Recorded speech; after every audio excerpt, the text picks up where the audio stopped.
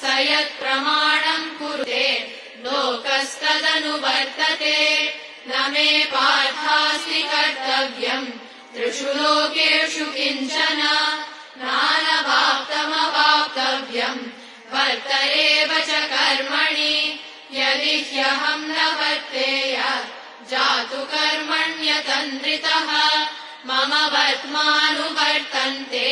मनुष्याः पार्थ सर्वशः उत्सीदेयुरिमे लोकाः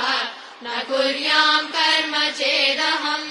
शङ्करस्य च कर्ता स्याम् उपहन्यामिमाः प्रजाः सक्ताः कर्मण्यविद्वांसः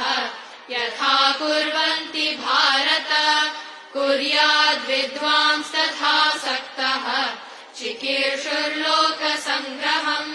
न बुद्धिभेदम् जनयेत् अज्ञानाम् कर्मसङ्गिनाम् जोषयेत् सर्वकर्माणि विद्वान् युक्तः समाचरन् प्रकृते क्रियमाणानि गुणैः कर्माणि सर्वशः अहङ्कारविमूढात्मा कर्ताहमिति मन्यते तत्त्ववित्तु महाबाहो गुणकर्मविभागयोः गुणागुणेषु वर्तन्ते इति मत्वा न सज्जते प्रकृतेर्गुणसम्मूढाः सज्जन्ते गुणकर्मसु तान् कृत्स्नविदो मन्दान् कृत्स्नविन्न विचालयेत् मयि सर्वाणि कर्माणि सन्न्यस्याध्यात्मचेतसा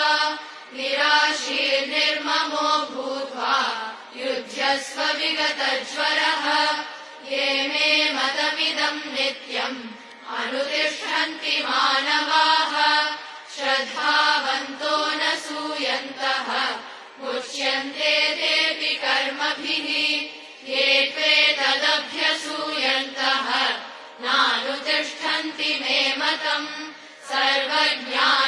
सर्वज्ञानविमूढांस्तान् विद्धि नष्टान चेतसः सदृशम् चेष्टते स्वस्याः प्रकृतेर्ज्ञानवानपि प्रकृतिम् यान्ति भूतानि निग्रहः किम् करिष्यति इन्द्रियस्येन्द्रियस्यार्थे रागद्वेषौ व्यवस्थितौ